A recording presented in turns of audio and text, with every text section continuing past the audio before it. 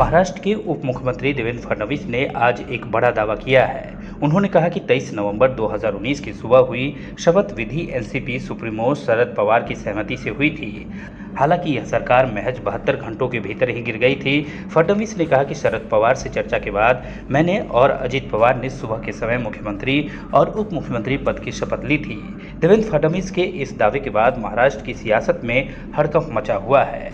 NCP के नेता defence mode में आकर बयानबाजी कर रहे हैं। देवेंद्र फडणवीस ने कहा कि उस समय ऐसा माहौल चल रहा था कि उद्धव ठाकरे कांग्रेस और एनसीपी के साथ मीटिंग और चर्चा कर रहे थे। तब यह समझ में आ चुका था कि उद्धव ठाकरे इस दिशा में आगे बढ़ रहे हैं। उसी दौरान हमें भी एनसीपी की तरफ से ऑफर आया। एनसीपी की तरफ से यह कहा गया कि हमें एक स्टेबल गवर्नमेंट की जरूरत है, इसलिए हम मिलकर सरकार बनाते हैं। जब राजनीति में कोई व्यक्ति आपको धोखा देता है तो आप एक दूसरे का चेहरा देखते हुए नहीं बैठ सकते। इसलिए हमने भी उनके ऑफर को स्वीकार किया और उनसे इस विषय पर चर्चा की। फडणवीस ने कहा कि मैं बड़े ही स्पष्ट शब्दों में यह कह रहा हूं कि यह सारी बातचीत एनसीपी प्रमुख शरद पवार से हुई थी। किसी निचले स्तर के नेता से यह बातचीत नहीं हुई थी। उनसे बातचीत के बाद ही सब कुछ तय हुआ था, लेकिन बाद में यह तमाम चीजें कैसे पलट गई, यह सब कुछ आपने भी देखा है। इस मुद्दे पर एनसीपी सुप्रीमो शरद पवार ने कहा कि देवेंद्र फडणवीस एक सुसंस्कृत और सभ्य इंसान है, बावजूद इसकी इतनी बड़ी बात उन्होंने किस आधार पर कही, यह मुझे पता नहीं।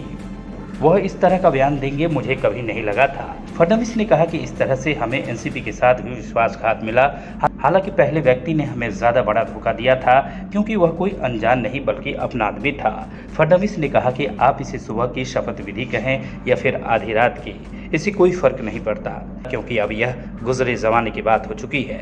इस मामले में महाराष्ट्र के पूर्व मुख्यमंत्री अशोक चौहान ने शरद पवार का बचाव किया है। चौहान ने कहा कि शरद पवार कभी छुपकर राजनीति नहीं करते हैं, यह उनका स्वभाव ही नहीं है। अशोक चौहान ने कहा कि उनके चुनाव के मौके पर देवेंद्र फडणवीस ने बयान दिया है, शरद पवार एक वरिष्ठ नेता हैं, वह कभी इस तरह की बात नहीं कर सकते। उन्होंने आज तक हर काम खुलेआम किया है, छुपकर राजनीति करना उनका स्वभाव नहीं है। संदर्भात की आमची चर्चा ही पवार साहेबांशी झाली होती। बाकी सगळ्या गोष्टी ज्या आहेत त्या तुम्ही अजितदादांना विचारा, त्या मला का विचारता? त्यांच्या मान्यतेनेच म्हणजे सकाळचं शपथविधी ते तुम्ही अजितदादांना विचारा ना, ते मला का विचारता? अजितदादांकडून वारंवार याच्यावरती उत्तर देणं टाळलं जातंय। मग ते ज्यावेळेस उत्तर देतील त्यावेळेस उरलेलं उत्तर मी देवेंद्र फडणवीस यांनी आज वक्तव्य केलेलं आहे की जो पहाटेचा शपथविधी झाला होता अजितदादांबरोबरचा, तो तुमच्या सहमतीने झाला होता, त्याची कल्पना करूनच हा निर्णय झाला होता। मला वाटतं की देवेंद्र हा एक सुसंस्कृत माणूस आहे, सभ्य माणूस आहे आणि असत्याचा आधार घेऊन अशा प्रकारचे स्टेटमेंट ते करतील असं मला कधी वाटलं नाही। पण कोणत्या आधारावर त्यांनी हे वक्तव्य केलं? असं त्यांना विचारायला